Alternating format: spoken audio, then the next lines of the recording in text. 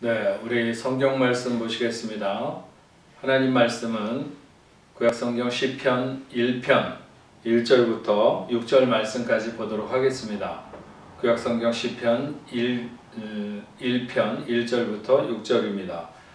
복 있는 사람은 악인들의 꾀를 따르지 아니하며 죄인들의 길에 서지 아니하며 오만한 자들의 자리에 앉지 아니하고 오직 여호와의 율법을 즐거워하여 그의 율법을 주야로 묵상하는도다. 그는 시냇가에 심은 나무가 철을 따라 열매를 맺으며 그 잎사귀가 마르지 아니함 같으니 그가 하는 모든 일이 다 형통하리로다. 악인들은 그렇지 아니하며 오직 바람에 나는 겨와 같도다. 그러므로 악인들은 심판을 견디지 못하며 죄인들이 의인들의 모임에 들지 못하리로다. 무릇 의인들의 길은 여호와께서 인정하시나 악인들의 길은 망하리로다. 아멘. 네, 복래프 성도 여러분, 잘 지내고 계십니까? 오늘 화요일 예배 시간에는 시편에 있는 시편 1편 1절부터 6절에 있는 말씀을 가지고 우리 인생이 걸어야 되는 두 길에 대한 말씀을 나누려고 하는데요. 오늘 영상을 통해서 그 말씀을 듣는 분들도 있고 또 오후 6시부터 실시간 영상 예배를 함께 하실 분도 있을 텐데 혹시 6시에 들어오시는 분들은 그냥 그 6시에 예배를 함께 하는 것으로 들으시면 되고요. 그렇지 않으신 분들은 이 영상 메시지를 통해서 저녁에 식구들끼리 함께 이렇게 예배할 수 있게 되기를 바랍니다. 오늘 시편에서 말씀하고 있는 인생의 두 길을 보면 가장 먼저 복 있는 사람이 하지 말아야 할 것에 대한 것을 1절에 말씀하고 있는데, 복 있는 사람은 악인들의 꾀를 따르지 아니하며 죄인들의 길에 서지 아니하며 오만한 자들의 자리에 앉지 않는다. 그리고 반면에 복이 있는 사람들은 어떤 삶을 살게 되는가? 그것은 2절에 보면 오직 여호와의 율법을 즐거워하여 그 율법을 주야로 묵상하는도다. 이렇게 말씀하고 있습니다. 우리가 살아가는 삶에 또 인생의 복이 무엇인가, 어떻게 행복한 삶을 우리가 살 수 있는가, 하나님은 어떤 사람에게 복을 주시는가 하는 것을 알 수 있습니다. 시편은 맨 처음 복 있는 사람의 삶이 무엇인가에 대해서 말하면서 시편을 시작하고 있습니다. 시편 기자는 세 단계로 자신의 그 견해를, 복 있는 사람에 대한 견해를 전개해 나가는데, 첫 번째 단계는 두 길을 강조하는 거죠. 인생에 두 길이 있다는 것입니다. 그리고 두 번째 단계는 하나님을 경외하는 사람과 악한 자들의 가치를 자연에 빗대어서 두 가지 그림을 제시하고 있는 것을 알 수 있습니다. 3절과 4절에. 그리고 세 번째 단계는 하나님의 마지막 심판이 5절과 6절에 선포되고 있습니다. 세상에는 의인과 악인의 두 길이 있다. 여기에는 중립적이거나 중간은 없다는 것이죠. 그래서 삶은 날카롭게 어느 한 길을 선택해야만 한다고 하는 것입니다. 복 있는 사람의 삶은 하나님으로부터 그를 멀어지게 하는 모든 관계를 피해야 하고, 그의 관심을 유일하고도 결정적인 근거인 율법 혹은 토라, 말씀, 그 말씀을 평생 곁에 두고 묵상함으로 하나님의 뜻을 배우고 행할 수 있게 된다고 하는 것입니다. 신명기 17장 19절에 보면 평생에 자기 옆에 두고 읽어 그의 하나님 여호와 경외하기를 배우며 그 율법의 모든 말과 이 규례를 지켜 행할 것이라고 했습니다. 특별히 왕위에 오르는 왕이 이렇게 하면 교만하지 않고 좌로나 우로나 치우치지 않고 왕위에 있는 그의 날이 장구하리라고 말씀하고 있는 것입니다. 여기에 의인과 악인의 차이는 자연의 비유 가운데서 다시 한번 대조되고 있는데, 의인은 시냇가에 심은 나무이며 악인은 바람에 날리는 겨를 비유해서 둘의 가치를 강조하고 있습니다. 시냇가에 심은 나무는 자연히 번영을 누리게 되어 있습니다. 의인들의 번영은 모두 생명의 수요자인 하나님의 계획과 뜻을 따라 사는 사람들의 지혜를 반영하는 것이죠. 어렸을 때 잠시 시골에서 살던 기억이 나는데, 논과 논 사이에 그 버드나무가 아주 멋지게 줄지어서 있었던 그 나무들의 싱그러움이 늘 그 기억이 많이 납니다. 양편에 모두 다 물이 풍성하니까 그 가운데 길을 따라서 이 그 높게 아주 크게 자란 그 버드나무의 싱싱한 모습이 생각이 나는데, 시냇가에 심은 나무라고 하는 것은 아마도 그런 나무와 같은 것을 말하리라, 이렇게 생각이 듭니다. 반면에 악인은 농부들에 의해 버림받은 겨와 같이 가볍고 쓸모없다고 하는 것을 말하죠. 대부분의 경우에 겨 같은 것을 옛날 그 시골에서는 화장실 같은 데다가 갖다 쌓아놓고 거기다가 오줌을 많이 이렇게 뿌려서 그런 것을 퇴비라든지 그런 것으로 이렇게 하던 그런 것들을 보게 되는데, 풍부한 영양 상태가 있는 울창한 나무가 될 것인가, 아니면 정말 쓸데없는 혹은 날려버리는 가벼운 그런 겨가 될 것인가. 인생은 갈림길에서 어느 하나를 선택해야 된다고 하는 것이죠. 신명기 30장 15절에서 20절 말씀에 보면 생명의 복과 사망의 화를 선택할 수 있다고 말씀하고 있습니다. 그 선택에는 하나님의 심판이 있는데 의인으로 인정을 받거나 악인으로 멸망된다. 네. 모든 인생은 어느 시대에 누구나 다 행복하게 살기를 원하죠. 누구나 복받은 인생이 되기를 원하지만 누구나 다 그렇게 살지는 못합니다. 무엇이 참된 복이며 어떻게 하면 그런 인생이 될 수 있는가?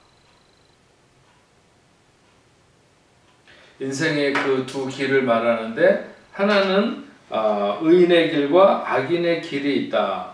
예. 그래서 6절에 무릇 의인의 길은 여호와께서 인정하시나 악인들의 길은 망하리라, 6절에 이렇게 말씀하고 있죠. 예. 어느 길을 가느냐에 따라서 그 인생이 달라집니다.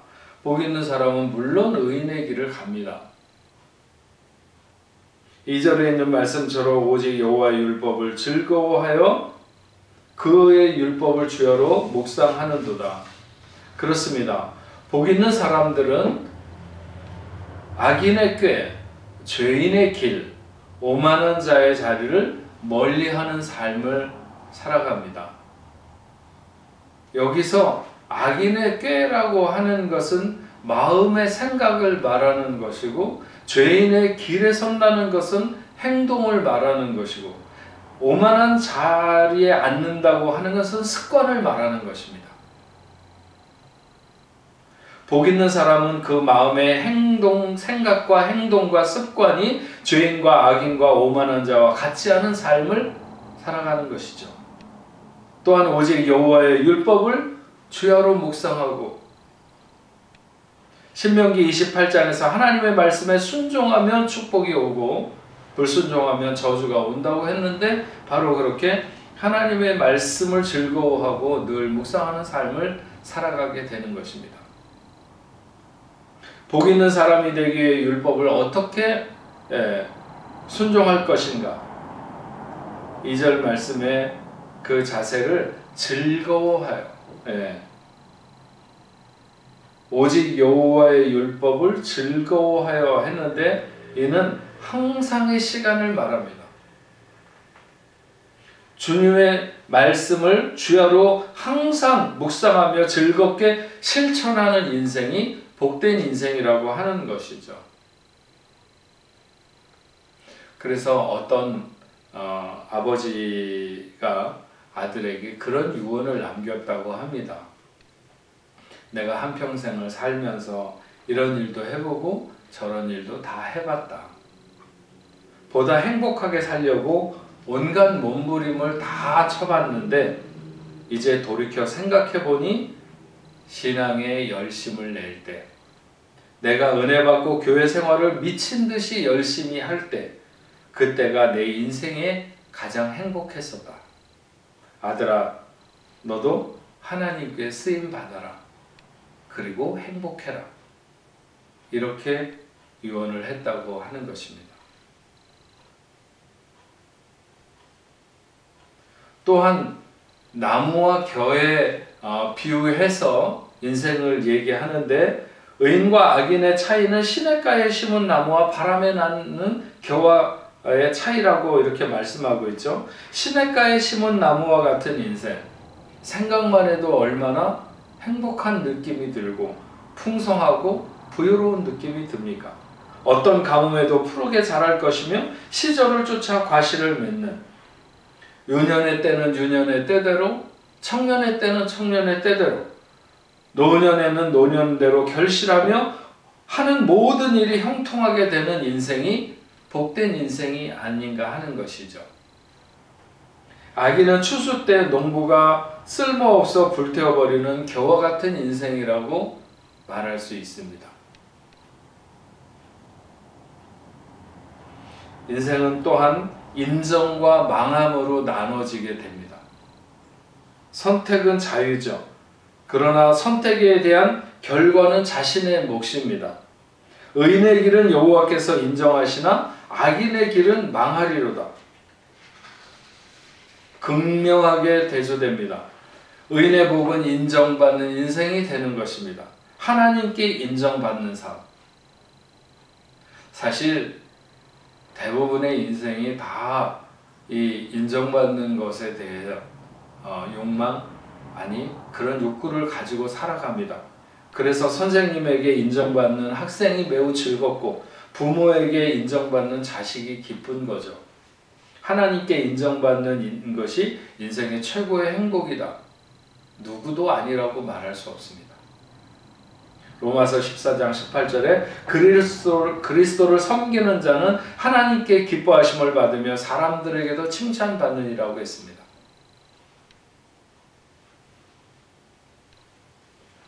여러분, 우리가 생각하는 복에 어떤 것들이 있을까요? 건강의 복, 물질의 복, 자녀의 복, 학업의 복, 명예의 복, 수많은 것들을 사람들이 복이라 생각하고 그것을 추구합니다. 그러나 정말 진정한 복은 하나님께 인정받는 것이 가장 크고 중요한 복인 줄로 압니다. 하나님께 인정받는 복된 삶을 살기 위해서 우리가 하지 말아야 될 것은 악인의 꾀를 쫓지 말아야 한다. 죄인의 길에 서지 않아야 하고 오만한 자의 자리에 앉지 않아야 된다. 마음과 행동에 그리고 습관에 우리는 죄인, 복 없는 사람, 복을 떠나는 사람의 자세를 갖지 말아야 된다 하는 것이죠.